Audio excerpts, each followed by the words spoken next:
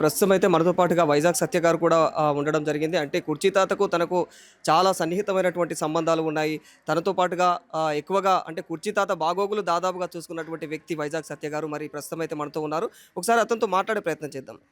సత్య గారు, అసలు కుర్చీ తాతకు మీకు మొదటగా పరిచయం ఎక్కడ ఏర్పడింది? తనతో అంటే తనను ఏ విధంగా మీరు ప్రస్తుతం ఉన్న సిట్యుయేషన్‌లో ఎలా ఫేస్ చేస్తున్నారు? మా ఇద్దరిని కలిపింది కృష్ణకాంత్ పార్కు, యూసుఫ్గూడ, హైదరాబాద్. కరోనా టైంలో ఆయన అక్కడ కూర్చొని డైలాగ్స్ వేసేవారు. అక్కడ పబ్లిక్ టాక్ కూడా ఉంటుంది కదా, ఏది అడిగినా టక్కని చెప్పేసేవారు. అది పాలిటిక్స్ అవ్వని, ఫిల్మ్ ఇండస్ట్రీ అవ్వని, బిజినెస్కి సంబంధించింది అవ్వని, ఇండియన్ హిస్టరీ అవ్వని, స్పోర్ట్స్కి సంబంధించింది అవ్వని. ఎందుకంటే ఆయన వెల్ ఎడ్యుకేటెడ్. కాకతీయ యూనివర్సిటీ వరంగల్లో ఆయన ఇంటర్మీడియట్ 1980లో చదువుకున్నారు. ఏ గ్రేడ్లో పాస్ అయ్యారనమాట. సో ఆయన కంఠం నాకు నచ్చింది. అబ్బా, ఎవరు ఈయన ఇంత బాగా మాట్లాడుతున్నారు అని చెప్పేసి ఆయన మా టీంలో చేర్చుకోవడం జరిగింది. నేను, ఉప్పల బాలు మేమంతా ఉంటాం కదా ఆ టీంలో. మేము ఏ ఈవెంట్లకు వెళ్ళినా, ఏ షూటింగ్కి వెళ్ళినా తీసుకెళ్ళడం జరిగింది. ఒకరోజు తమన్ గారి దగ్గర కూడా తీసుకెళ్ళా. ఆయన కూడా ఈయన కంఠం నచ్చింది. ఎందుకంటే ఈయనది కంచు కంఠం, కళా వాచస్పతి జగ్గీ గారి లాగానే కంచు కంఠం, టంగ్ టంగ్ అంటది అనమాట. సో ఆయన కూడా ఈయన టోన్ అంతా నచ్చి గుంటూరు కారం అనే సినిమాలో పెట్టడం జరిగింది, మహేష్ బాబు సినిమాలో. తర్వాత ఈ మధ్య కాలంలో ఉస్తాద్ భగత్ సింగ్లో కూడా పెట్టడం జరిగింది, పవన్ కళ్యాణ్ సినిమాలో. చాలా మంచి వాగ్దాటి, ధైర్యశీలి, చాలా మంచి వ్యక్తి అనమాట. సో మా ఇద్దరిని అక్కడ కృష్ణకాంత్ పార్క్కి కలిపింది. మా ఇద్దరు ఒక తండ్రి కొడుకుల్లాగా లెక్క అనమాట. అంటే నేను డాడీ డాడీ డాడీ అని వదిలేవాడిని కాదు, ఆయన కూడా బేటా బేటా నన్ను వదిలేవాడు కాదు. మీరు సినిమాల సైడ్ కూడా తీసుకెళ్లడం జరిగింది కదా! తీసుకెళ్ళాను. మరి అక్కడ సినిమా బృందాలు ఏమైనా ఇతనికి సహకరించినట్టు ఆర్థికంగా ఏమైనా హెల్ప్ చేశారా ఎవరైనా? అప్పట్లో అయితే మాత్రం తమన్ గారు 20,000 ఇచ్చారండి, ఆర్థికంగా సహాయం చేశారు గుంటూరు కారం సినిమా టైంలో. ఆ తర్వాత ఎవరు రాలేదు. ₹1,00,000 ఇచ్చారు అన్నట్టుగా టాకు. లేదండి, 20,000 ఇచ్చారు. ₹1,00,000 లక్షల్లో ఇవ్వరు కదా, తెలుసు కదా మన ఇండస్ట్రీ సంగతి. 20,000 అయితే తమన్ గారు ఇవ్వడం జరిగింది. తర్వాత మరి ఎవరు సహాయం చేయలేదు. ఆయన రాజకీయంగా కూడా రేవంత్ రెడ్డి గారికి చాలా హెల్ప్ చేశాడు ఆయన. రేవంత్ రెడ్డి గారిని సీఎం చేశారని కూడా అనవచ్చు. ఎందుకంటే కార్యకర్తలు ఉంటేనే కదా వాళ్ళు సీఎం అయ్యేది. రేవంత్ రెడ్డి గారు సీఎం అవ్వాలని ఊరూరా తిరిగేవాడు ఆయన. వరంగల్ కావచ్చు, కాజీపేట కావచ్చు, హన్మకొండ కావచ్చు, ఖమ్మం కావచ్చు, హైదరాబాద్ కావచ్చు. డబుల్ బెడ్రూమ్ ఫ్లాట్ వస్తుంది రేవంత్ రెడ్డి ఇస్తారు అనుకుంటేనే పాపం చనిపోయాడు. ఇప్పటికైనా గవర్నమెంట్ కళ్ళు తెరిచి ఇలాంటి ఫ్యాన్స్కి, ఇలాంటి టాలెంటెడ్ పీపుల్కి ఇల్లు ఇవ్వాలని నేనైతే కోరుకుంటున్నాను.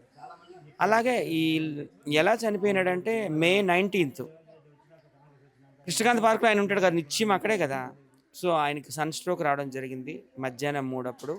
ఇంకా డీహైడ్రేట్ అయిపోయినాడు, మొత్తం బాడీ అంతా ఇంకా డ్రై అయిపోయింది. నేను వెంటనే వాటర్ బాటిల్ తెప్పించి తాగించి ముఖమంతా నీళ్లు కొట్టి ఇంటికి తీసుకొచ్చి అప్పచెప్పేసి ఇంకా వెళ్ళిపోలేదు. నైట్ 1 o'clock వరకు ఉన్నాను. మళ్ళీ ఒకవేళ ఆ ప్రాబ్లం వస్తుందేమని చెప్పి బటర్ మిల్క్లు అవి ఇవి ఇచ్చాం. బాగానే ఉంది, మాట్లాడాడు. మార్నింగ్ లేచాడు, స్నానం చేసుకున్నాడు, బట్టలు వేసుకున్నాడు. వాళ్ళ భార్యకి నాకు పప్పు అన్నం కావాలంటే వండి పెట్టింది, తిన్నాడు, అంతా అయింది. మళ్ళీ 5 o'clock సేమ్ ప్రాబ్లం వచ్చింది, సేమ్ సన్ స్ట్రోక్. మరి బాడీ అంతా డీహైడ్రేట్ అయిపోయి వాళ్ళ భార్యని గట్టి పట్టుకొని ప్రాణాలు వదిలేయడం అనేది జరిగిందండి. ముందు నుంచి ఆయనకు హెల్త్ సమస్యలు ఉన్నాయి. హెల్త్ సమస్యలు చాలా ఉన్నాయని, లోపల మల్టీ ఆర్గాన్స్ ప్రాబ్లమ్స్ ఉన్నాయని డాక్టర్స్ ఎప్పుడో చెప్పారు. Multi organs like lungs, liver, kidney, even brain కూడా చిన్న ప్రాబ్లం ఉందని చెప్పారు. చాలా ప్రాబ్లమ్స్ లోపల ఉన్నాయి. సో మరి సోషల్ మీడియా ఇన్ఫ్లుయెన్సర్స్ కావచ్చు, పొలిటికల్ లీడర్స్ కావచ్చు, ఎవరైనా ఆర్థికంగా సహకరించడానికి ముందుకు వచ్చారు? మేము ఉన్నామండి, ఎవరు రానవసరం, ఎవరు వస్తారు మీకు తెలిసింది కదా. సో సోషల్ మీడియా నుంచి నేను వచ్చి నిలబడ్డాను. నా వెనకాతల బషీర్ మాస్టర్ గారు, లోకల్ పిల్ల, వీళ్ళందరూ, ఉప్పల బాలు, వీళ్ళందరూ ఉన్నారు, స్వాతి నాయుడు, వీళ్ళంతా. ముందు నేనైతే మొత్తము అన్ని ఖర్చులన్నీ చూసుకున్నాను. ముఖ్యంగా ఇది కొంచెము షార్ట్స్లో వేయండి దయచేసి.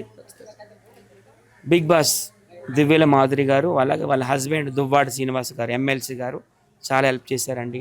టెంటల్కి, కుర్చీలకి, తర్వాత డెడ్ బాడీ పెట్టుకోవడానికి ఆ ఫ్రీజర్కి, పెద్ద పెద్ద టబ్స్ అనమాట, వేడి నీళ్ళు మరబెట్టి వేడి నీళ్ళతోనే కడుగుతారు బాడీని. వీటన్నిటికీ వాళ్ళు సహాయం చేశారు. వాళ్ళకి thank you so much, God bless you both. అలాగే నేను ఒక లొకేషన్ పెట్టాను, మన పరేషాన్ బాయ్ సిమ్రాన్ ఖాన్కి. రాత్రి 1 గంటలో వచ్చేసాడు. 1 o'clock వచ్చేసి ఎంత అవుతుంది ఏంటి రేపు ఖర్చు అంటే ఒక 30,000 అవ్వచ్చు అంటే 30,000 ఆయన క్యాష్ ఇవ్వడం కూడా జరిగింది. 500 రూపీస్ నోట్స్ కట్ ఇవ్వడం జరిగింది. ఆయన కూడా thank you so much, God bless you పరేషాన్ బాయ్ సిమ్రాన్ ఖాన్.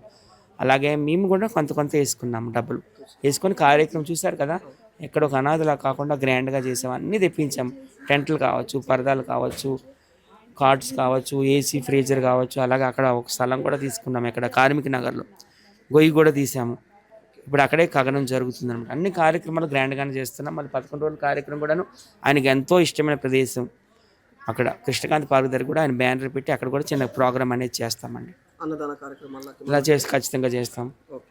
అంటే వరంగల్లో తన సొంత నివాసం వరంగల్ అన్నట్టు తెలుస్తుంది. అక్కడ తనకి మన సొంత ప్రాపర్టీలు ఏమైనా ఉన్నాయా? ఏం లేవండి పాపం.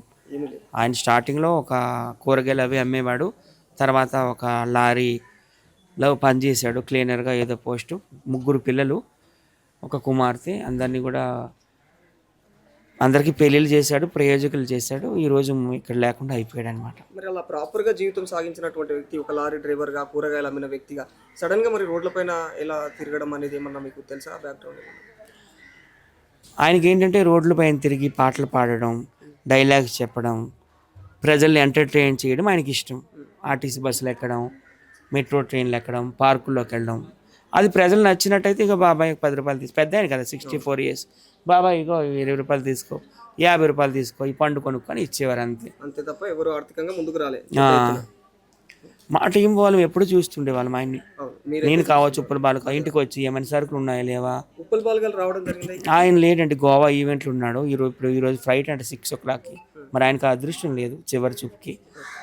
తర్వాత అందరూ ఇప్పుడు స్వాతి నాయుడు వచ్చేసి విజయవాడలో ఉంది. బషీర్ మాస్టర్ ఇక్కడే ఉంటారు కాబట్టి వెంటనే వచ్చారు. లోకల్ పిల్లలు వచ్చింది.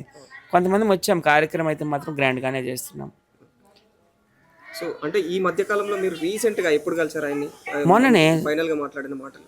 ఆయన May 20 చనిపోయారు ఈవినింగ్ 5 o'clockకి. ఓకే. May 19 అంటే May 20 కలిసినట్టే. అదే రోజు May 19 1 o'clock అప్పుడు కలిశాను. చివరిగా ఆయన చెప్పిన మాట ఏంటంటే ఇంకొక అరగంట ఉంటూ బేట అన్నారు. డాడీ ఇప్పటికే 1 o'clock అయింది, నేను వెళ్ళి పడుకోవాలి, ఉదయం వస్తా, మళ్ళీ నువ్వు రెస్ట్ తీసుకున్నా అయితే ఉదయం వచ్చేటప్పుడు ఒక టేబుల్ ఫ్యాన్ తీసుకురా, బయట పడుకుంటున్నాను కదా, కొంచెం గాలి రావడం లేదంటే తీసుకొస్తా డాడీ, దానికే ముందు 1000-1500 పెడితే వచ్చేసింది కదా, నేను తీసుకొస్తాను అని చెప్పాను. అదే ఇంకా లాస్ట్ మాట. సో అంటే ఇప్పుడు ప్రస్తుతం ఉన్న సిచ్యువేషన్లో తన కుటుంబానికి ఏమన్నా ప్రభుత్వం నుంచి ఆర్థిక సాయం లాంటివి ఏమన్నా కావాలా అంటే ఏ రూపకంగా మీరు అడగదచ్చు? ఆయన పాపం డబుల్ బెడ్రూమ్ వస్తాడని ఎంతో ఆశపడ్డాడు. పెన్షన్ కోసం చాలా తిరిగాడు, ఏమీ రాలేదండి.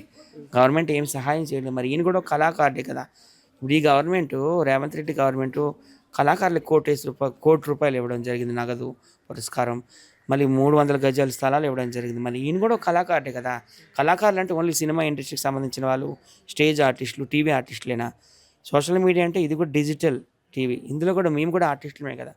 సో ఆయన్ని కూడా ఒక మంచి కళాకారుడిగా పరిగణ తీసుకొని కనీసం ఒక డబుల్ బెడ్రూమ్ ఫ్లాట్ ఇస్తే వాళ్ళ భార్య ఇప్పుడు తోచని స్థితిలో ఉంది, కుమార్తె అందరూ ఉంటారని నేనైతే రిక్వెస్ట్ చేస్తున్నానండి. సో ఇప్పటి వరకు మరి వాళ్ళ కుటుంబ సభ్యుల గురించి ఏమన్నా ఎప్పుడన్నా డిస్కషన్ పెట్టేవాళ్ళ మీ దగ్గర? ఎప్పుడు మేమంతా కలిసే కూర్చునేవాళ్ళం. మాది వాళ్ళది ఒకే గల్లీకి, ఈ గల్లీలో ఉంటాను నేను కూడా. వాళ్ళ వైఫ్ పేరు వచ్చేసి ఆసియా సుల్తానా, కూతురు పేరు మహబూబా సుల్తానా. మేమందరం కలిసి కూర్చొని తినేవాళ్ళము, సరదాగా ఉండేవాళ్ళం.